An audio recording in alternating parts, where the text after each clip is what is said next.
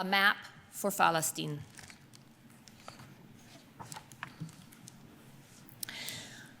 One morning, Falasteen's teacher showed her class a map of the world.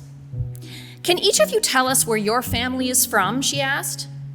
The children gathered in a circle and began sharing their stories with pride. But when it was her turn, Falasteen searched the map and found nothing. "Miss Baker, why isn't Palestine on the map?" Miss Baker looked at the map. "I think there's no such place," Miss Baker said. Falasteen was troubled, confused, and curious. She needed to ask more questions. When she got home, Falasteen's grandpa was tending his grapevines. When he saw her, he beamed like he was seeing the sun rise for the first time, the way he always did.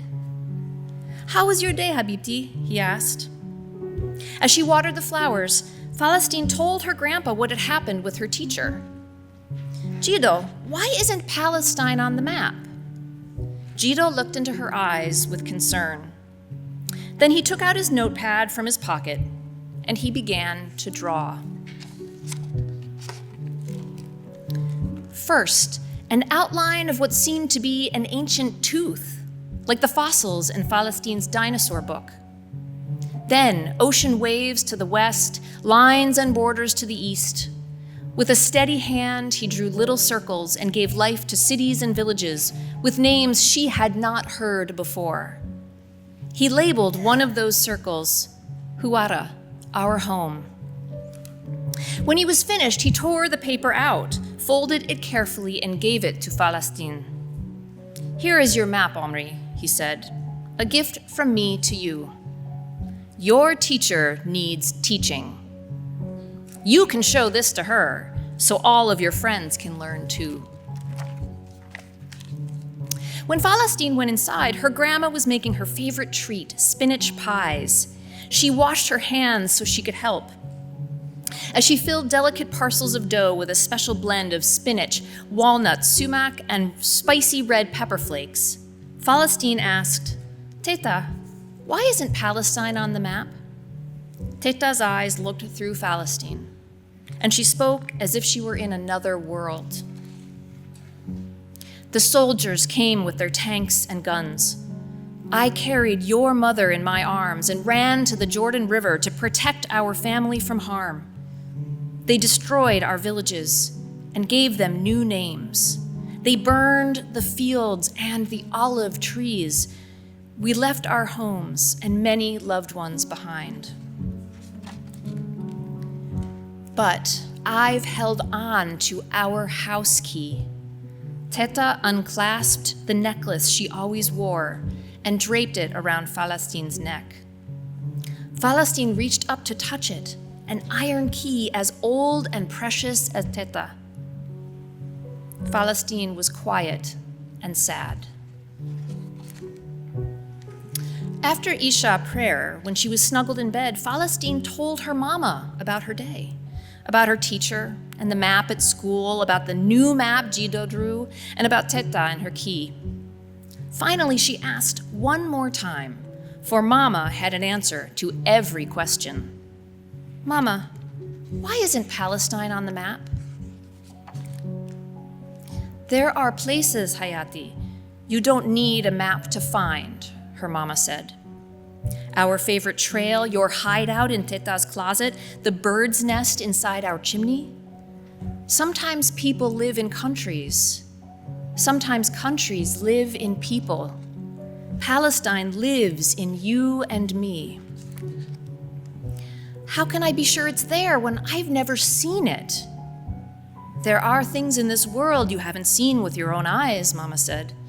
"Your heart in your chest, the air in your lungs. From her olive groves to the sea, our homeland is as real as God above. Palestine lives in you and me." "My teacher said it doesn't exist," Falasteen whispered. Mama nodded. "There are people who say it doesn't exist, that we don't exist, But their maps can't erase us, she replied, her voice calm and clear. Their maps can't erase our memories.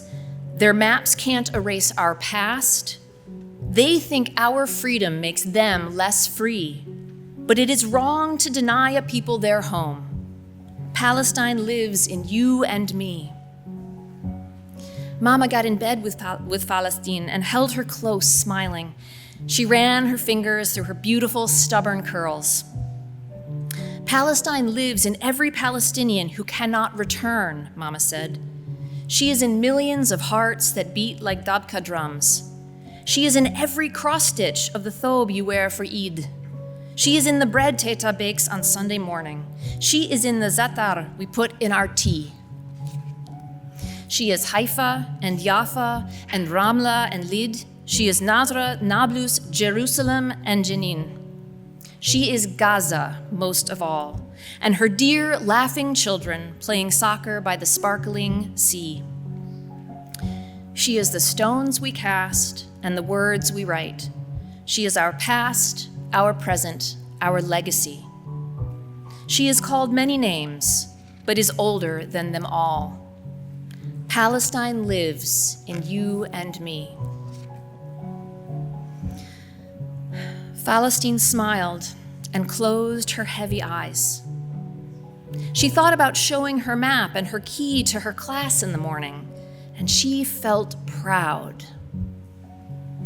Do you think we can go visit her sometime and meet our family? She asked. We will, Rohi, I promise.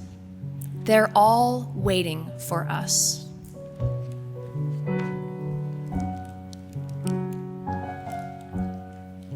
The end.